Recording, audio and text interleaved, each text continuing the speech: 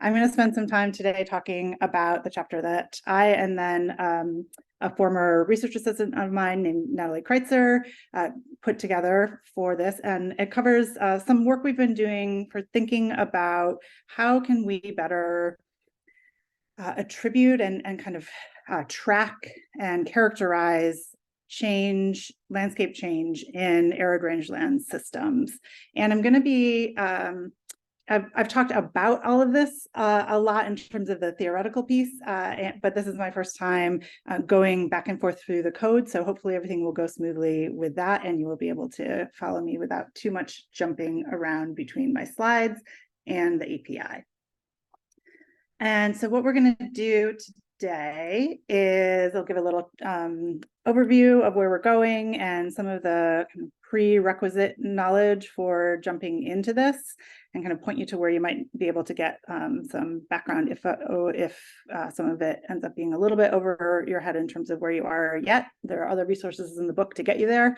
I'll set up some of the ideas behind the project and then walk you through some of the code. If you'd like to follow along with the slides on your own, I've put the link to those in the bottom here, but they'll also be available after the fact. So today, again, we're just going to be talking about why it can be challenging to detect land cover change in drylands in general, arid rangeland systems. I'll probably use those terms kind of interchangeably. Rangelands is more of the land use, drylands is more of the biophysical, lens on those systems. And we will be talking about some alternative approaches that we're working on in my research group for trying to detect changes. So we're going to talk about how we can, I'll give you some examples using some typical land cover change data and talk about how we're drawing from a really excellent development in time series segmentation done by Robert Kennedy's group at Oregon State, and trying to apply that to rangelands, and then kind of jump into how we're thinking about using the information from time series segmentation to approach classification from a new perspective. This is going to, so it comes in a little bit, assuming that you're a little bit of a medium to advanced user. And so it's going to assume that you already know how to bring in images and collections and filter and visualize them, and how to do pixel-based classification and applying some of the what's called land trender algorithm for time series segmentation. Also will assume that you know how to write a function and map it over a feature collection, and also load a function from an existing module. So I have put references to various chapters and sections in the book where you can brush up on some of these skills if you are a little rusty on any of those, if you're trying to do some of this on your own. But hopefully I can walk you through what each of these sections does without you needing to, hopefully you can follow along with everything that we're doing just based on the annotation. So just to set up sort of why we're here and what we're trying to do. For those of you who don't think about rangelands as much as I do, my typical pitch on this is just to really emphasize that rangelands cover a really extensive part of the terrestrial surface of our Earth. The estimates of these range a little bit depending on which enthusiastic rangelands person you are talking to, but I tend to stick with the approximately 40% of the global land area, which is quite extensive, right? And rangelands provide forage for the majority of the livestock globally, and associated with that, support the livelihoods of millions, hundreds of millions of people worldwide. However, rangelands are facing a lot of threats due to climate change and land conversion, heavy and intensive grazing practices, changes in land, other changes in land uses, things like this. And so trying to both address that land degradation and assess the land degradation is a challenge, right? In order for us to kind of figure out what the status is and monitor that forward, we need to be able to kind of assess the status right now. And the ways that we typically go about thinking about land cover change sometimes are a little bit tricky when we're thinking about these kinds of systems. So I'm going to give you a couple of examples. So here we have an example of a classification from the Globeland 30-meter land cover data product. And this is for the Xilingao region of Inner Mongolia, so northern China, quite extensive area. And you can see, according to this classification, right, we have our very classic land cover types: forest, shrubland, wetland, grassland. However, these arrows are pointing to 3 different sites within this region, all of which are classified as grasslands, but all of them are in quite different states within that class, right? So, and my point with this is to emphasize that these really coarse land cover categories like grassland really can't adequately capture the real variation and heterogeneity in land condition, vegetation cover, and vegetation condition across the region, and the kind of all are encapsulated within that class. Another issue is that a lot of these data products are kind of optimized for forested and more mesic systems, and often perform rather poorly in drylands. So this is that same area, but with a different land cover data sets, the ESA land cover data from OELAC, and you can see right here that there's a large portion of this area that is ranked quite low in terms of its QA. So we have accuracy issues from that. And then again, a lot of these data products, here's an example from the MODIS land cover data product, the 12Q1, that they really just sort of extra emphasize that they really can cover a lot of change that might be happening underneath that coarse categorization. And so this is a summary of the focal region that we'll be talking about in our case study today. Once we get into the code. And this is a median time series of NDVI across the region we'll be looking at. And here's an example of the majority land cover classes that were assigned to this area according to the MODIS land cover data. So we can see there's a lot going on right within this region, even though our majority land cover class is not changing. And in fact, we can only really detect change after it has occurred from one class to another. And that's a real challenge with working with these kinds of data when we can't anticipate a change in advance of a state transition. Another way of kind of looking at this, right, is that it can be, we have different kinds of change, right, that we often see in land cover, and things like long-term gradual trends versus step transitions. While it's easier for us to capture step transitions with traditional land cover categorizations, any of these gradual transitions, we wouldn't be able to kind of document a change happening until much later along this path of degradation, even though there could be significant changes happening. So it's going to really create some confusion, and also makes it difficult for us to kind of understand how are things changing in response to things like management or climate change if we're only ever able to capture change once it has already moved to another state. And then another thing I like to think about is the fact that a lot of our our land cover data products are based on spectral signatures within a given year, or maybe a range, a certain window of years that are used to kind of characterize what's going on here. So now I have this time series here, and here's our sort of endpoint here. Let's say we have two different pixels, and I'm just using NDVI on my y-axis here, but you can imagine any sort of mixture of spectral bands that you might put in here for trying to understand what a pixel looks like in a given year. And in this particular example here, we have two different pixels on a landscape. And in one of those, they both have the same value in our final year, and they both get classified as the same kind of land cover, same classification, right, in that year. However, one of these pixels has been slowly declining in NDVI over time, and the other pixel has been slowly increasing in NDVI over time.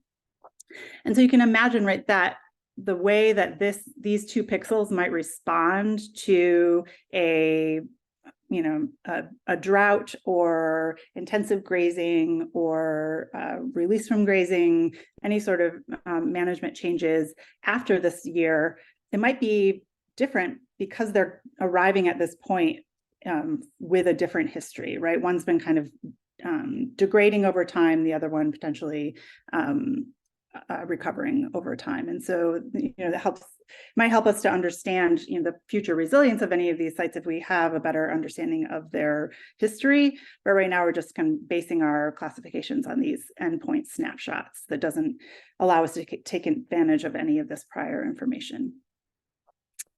So there has been a lot of, or several, advances. This is just an example of two that are highlighted in the book of time series based approaches for thinking about change over time that are moving us away from those classification approaches. So we've got an example here from continuous change detection CCDC approach, which is highlighted in chapter 4.7, where you can see this is based on the shortwave band 1, that there is kind of a step transition in how this particular pixel is responding over time. Another example here from Landtrender, capturing abrupt changes in various spectral values as well, and breaking those apart and kind of identifying these. So these are examples of really useful approaches that are thinking about what's going on over time in a pixel instead of just focusing on the endpoint. Or these are kind of optimized for, as Jeff was saying, for forested systems where it's much more obvious when we have a change, there's a tree or there's not a tree, right? And often the rate of response and recovery after, say, deforestation or a burn vegetation recovery happens typically at a much more rapid rate than we see in rangeland systems. So a lot of the ways that particularly Landtrender is parameterized focuses on a magnitude of change that we don't often see in a lot of the degradation processes in rangelands. And just a little bit of an example of that to illustrate it a little bit more. This is a figure from the chapter. So here's an example of a pixel from the Pacific Northwest in North America, a forested region there. And you can see this is just a time series of NDVI for a pixel from this region where there was a deforestation event of some sort, or maybe a defoliation event from insects that reduced the vegetation productivity in this particular pixel. And then there's a relatively rapid, so we have an abrupt decline, relatively rapid increase, and then kind of a slightly more gradual recovery to the original state.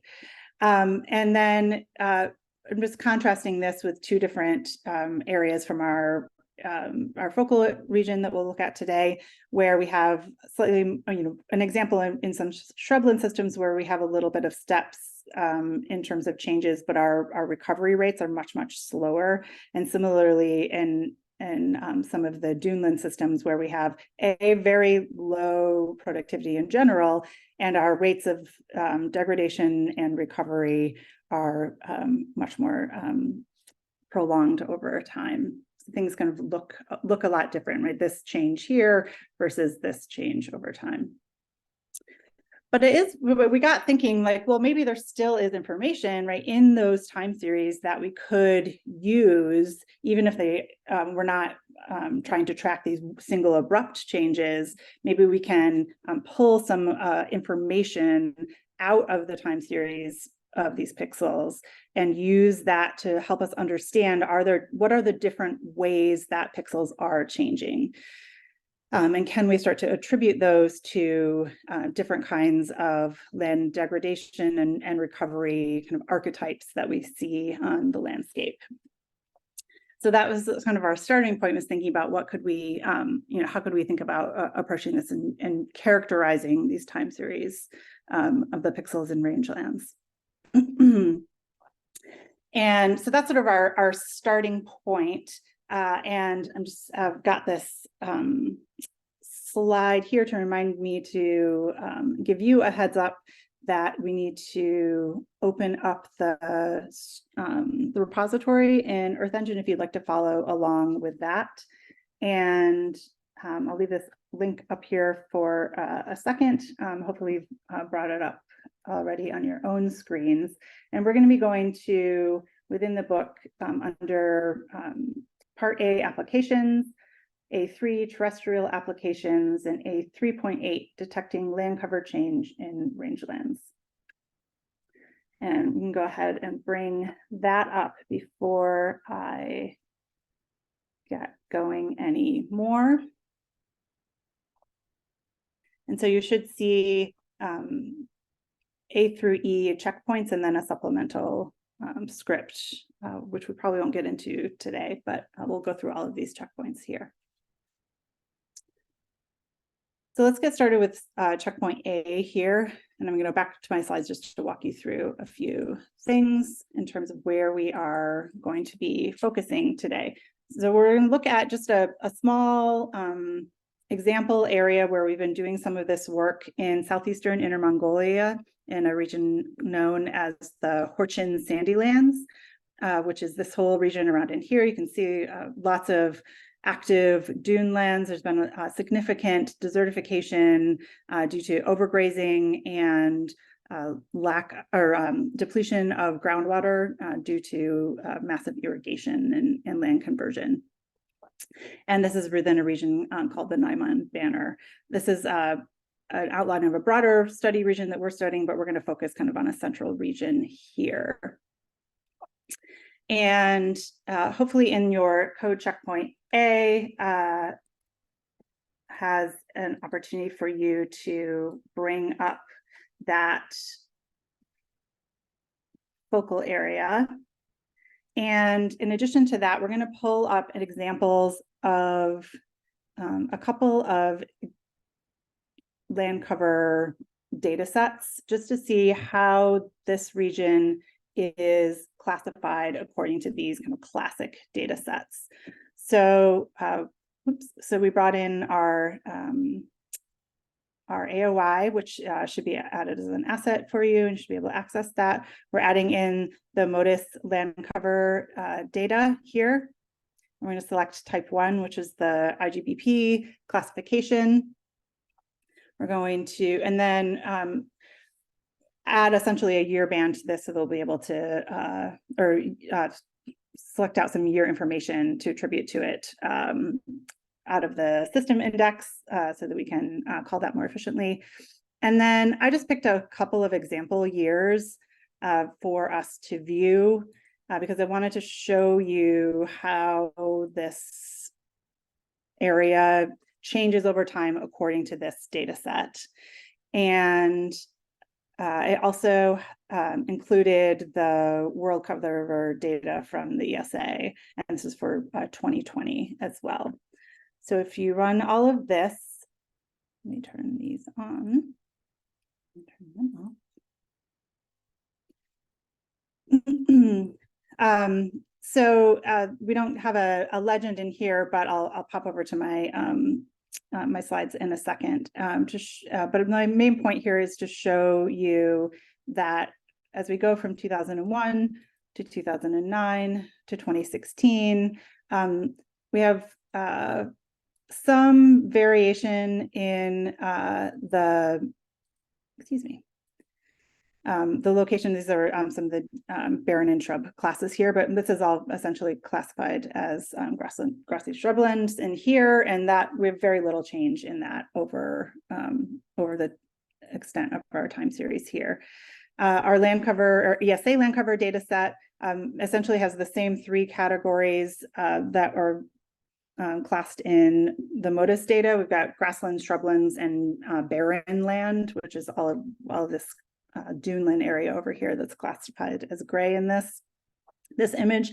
This is a higher spatial resolution data set, so it looks a little bit, we get a little bit more speckly pattern as it's picking up some of those that heterogeneity over time. So we see a lot more detail in terms of the spatial patterning of these classes, but still, just sort of this 1 year assessment of these three course categories. I go back over here really quick and I'll show you. So this is the broader region, but essentially we've got, this is the MODIS data. Again, we were looking essentially at a subset within this region here. And you can see this whole area is largely classified into just a small number of classes. And those changed very little over our time series. Let's just give you a little bit of an idea of what we're looking at in this region. The next thing we're going to do in this tutorial is to create a time series that represents vegetation cover over the extent of Landsat. So we're going to use a Landsat archive and get essentially a annual greenest pixel value. So essentially NDVI, max NDVI for each pixel over the year. But the issue in these systems that we need to think about is that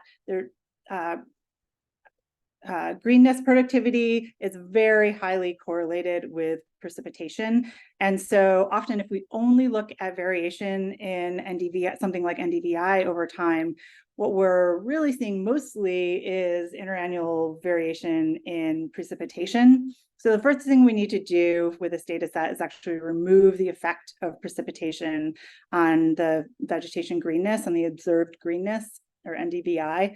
And what we're going to be left with is essentially the residuals of that relationship. So we're going to have a per pixel model of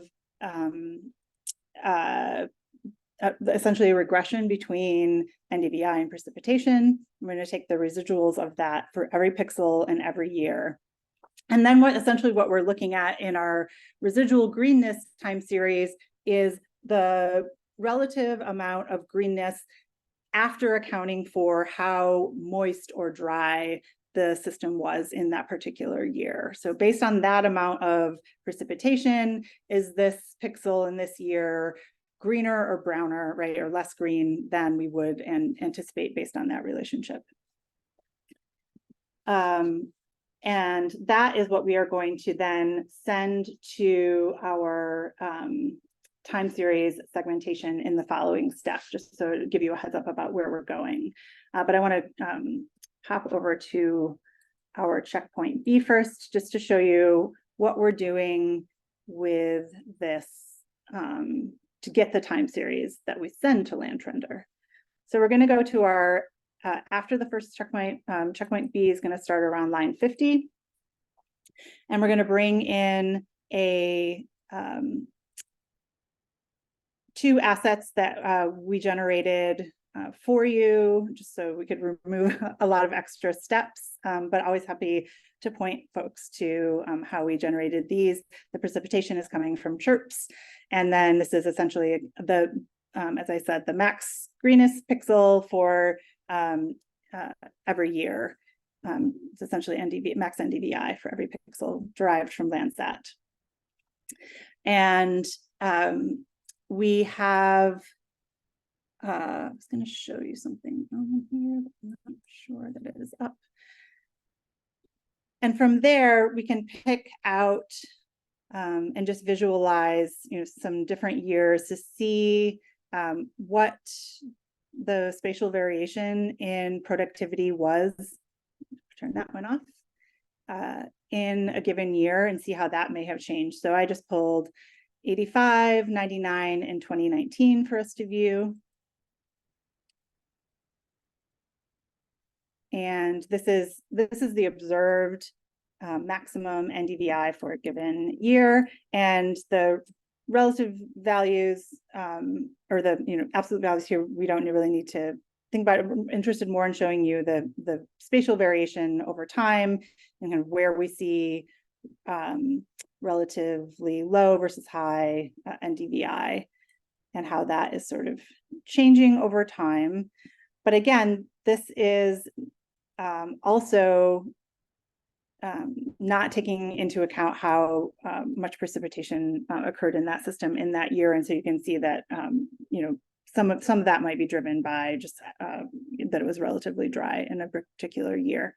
So we're going to load a module next where we have created a function that will combine your precipitation and greenness collections that you loaded at the top and run the pixel-based regressions and then predict the NDVI for a given year based on the precipitation and calculate the residuals of that. And then we will create that into a new collection that is our residual greenness collection. There's a lot of moving parts here.